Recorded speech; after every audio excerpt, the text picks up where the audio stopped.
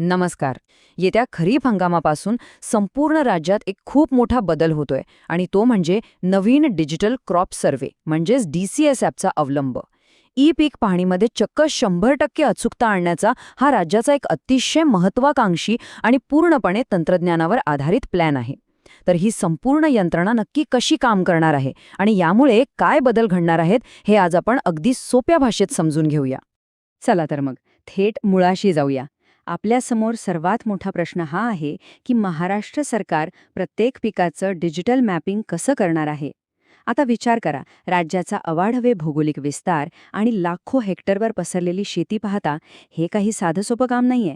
हे एक खूप मोठं प्रशासकीय आणि तांत्रिक आव्हान आहे. कोणत्याही चुका न होता बांधावर जाऊन ही माहिती कशी गोळा केली जाणार आहे, हे महाकाय आव्हान कसं पेललं जाईल, याचं अचूक उत्तर आपल्याला पुढे मिळणार आहे. पण हे सगळं अचानक का होतंय? यामागचं बिग पिक्चर समजून घेणं खूप गरजेचं आहे. इथे एंट्री होते ती ॲग्रीस्टॅक या देशव्यापी योजनेची. केंद्र सरकारने आता देशातील कृषी माहिती एकदम अचूक आणि एकाच डिजिटल प्लॅटफॉर्मवर असावी यासाठी ही योजना आणली आहे. आणि सगळ्यात महत्त्वाची गोष्ट म्हणजे या योजनेअंतर्गत सर्व राज्यांना 100% पीक पाहणी पूर्ण करणं आता कायदेशीररित्या बंधनकारक करण्यात आलं आहे. थोडक्यात सांगायचं तर हे आता ऐच्छिक राहिलेलं नाहीये. 100% नोंदणी ही आता सक्तीची आहे, जेणेकरून भविष्यात शेतकऱ्यांसाठीच्या योजना आणि धोरणं अधिक अचूकपणे राबवता येतील. या संपूर्ण प्रक्रियेचं वेळापत्रक काय आहे ते बघूया.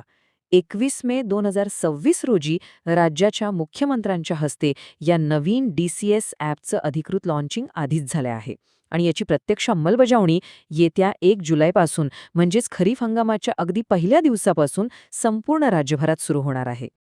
आणि ही आकडेवारी आपल्याला अगदी स्पष्टपणे दाखवून देते की या नव्या ॲपची एवढी तातडीने गरज का भासली.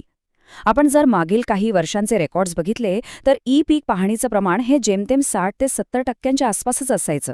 याचा सरळ अर्थ असा की राज्यातील जवळपास 30 ते 40% पिकांची अधिकृत नोंद सरकारी दरबारी होतच नव्हती. पण आता हे टार्गेट थेट 100% नोंदणीचं आहे.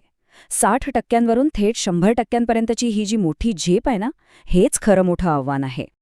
आणि हेच भल्या मोठं टार्गेट पूर्ण करण्यासाठी आलेलं मुख्य साधन म्हणजे हे नवीन DCS ॲप आणि त्याचे स्मार्ट फीचर्स.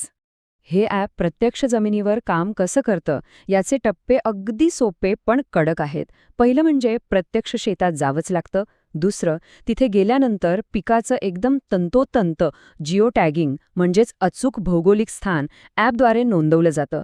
तिसऱ्या टप्प्यात पिकाचा क्लिअर फोटो ॲपमध्ये काढला जातो आणि मग ही माहिती सेव्ह किंवा अपलोड होते. इथे सगळ्यात भारी गोष्ट म्हणजे जिओ टॅगिंग. यामुळे होतं काय की कुणीही घर बसल्या खोट्या नोंदी करू शकत नाही. प्रत्यक्ष बांधावर जाण्याला आता कोणताही पर्याय नाही. आता इथे एक अतिशय व्यावहारिक प्रश्न येतो, तो म्हणजे ग्रामीण भागात आणि शेतात इंटरनेट नेटवर्कचं काय? तर इथेच या ॲपचा सर्वात क्रुशल पॉइंट येतो, तो म्हणजे ऑफलाईन मोड. नेटवर्क नसतानाही माहिती आणि फोटो ऑफलाईन सेव्ह करण्याची भन्नाट सोय यात आहे. माहिती भरून घ्या आणि जेव्हा गावात किंवा नेटवर्क असलेल्या ठिकाणी याल तेव्हा ती आरामात अपलोड करा. म्हणजे नेटवर्क इश्यूमुळे काम अडण्याचा प्रश्नच उरत नाही. पण कोणतंही तंत्रज्ञान स्वतःहून काम करत नाही, होय ना? त्यासाठी लागणाऱ्या माणसांचं काय? म्हणूनच आपण यापुढच्या मुद्द्यावर येतोय, कृषी सहाय्यकांचं सक्षमीकरण. आता समोर दिसणारा हा फक्त 10 रुपयांचा आकडा बघून कदाचित आश्चर्य वाटेल, पण ह्या संपूर्ण मोहिमेचा हा एक खूप मोठा गेम चेंजर आहे. 100% नोंदणीचं उद्दिष्ट गाठण्यासाठी प्रशासनाने काम करणाऱ्यांना अशा प्रकारचं थेट आर्थिक प्रोत्साहन देण्याचा एक अतिशय धाडसी निर्णय घेतला आहे. तर हा प्लॅन नेमका काय आहे?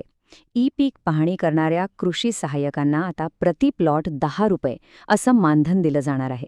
आणि हे काम अगदी सुरुवातीपासून त्यांच्याकडून करून घेतलं जाणार आहे, शेवटच्या क्षणी घाईघाईत नाही. याहूनही एक मोठी गोष्ट म्हणजे जिथे कृषी सहाय्यक उपलब्धच नाहीत किंवा पदे रिक्त आहेत, तिथे नवीन नेमणुका करण्याचे विशेष अधिकार थेट तहसीलदारांना देण्यात आले आहेत. म्हणजे माणसं नाहीत हे कारण आता कुणालाही देता येणार नाही. प्रत्येक प्लॉटची नोंदणी निश्चित करण्यासाठी प्रशासनाने अक्षरशः कंबर कसली आहे.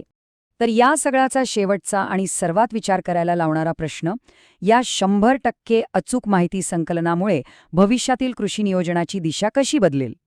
विचार करा, जेव्हा सरकारकडे प्रत्येक शेतातील पिकाचा एकदम अचूक आणि रिअल टाईम डेटा असेल, तेव्हा नैसर्गिक आपत्तीच्या वेळी मिळणारी नुकसान भरपाई, पीक विमा आणि शेतमालाचं योग्य नियोजन यामध्ये किती मोठी क्रांती घडेल. तंत्रज्ञान आणि प्रशासनाची ही जोड शेती क्षेत्रासाठी खऱ्या अर्थाने मास्टर स्ट्रोक ठरू शकते. हे सगळं प्रत्यक्षात कसं उतरतंय आणि त्याचे काय परिणाम होत आहेत हे पाहणं नक्कीच रंजक ठरणार आहे. लाईक करा, शेअर करा, सबस्क्राईब करा. धन्यवाद.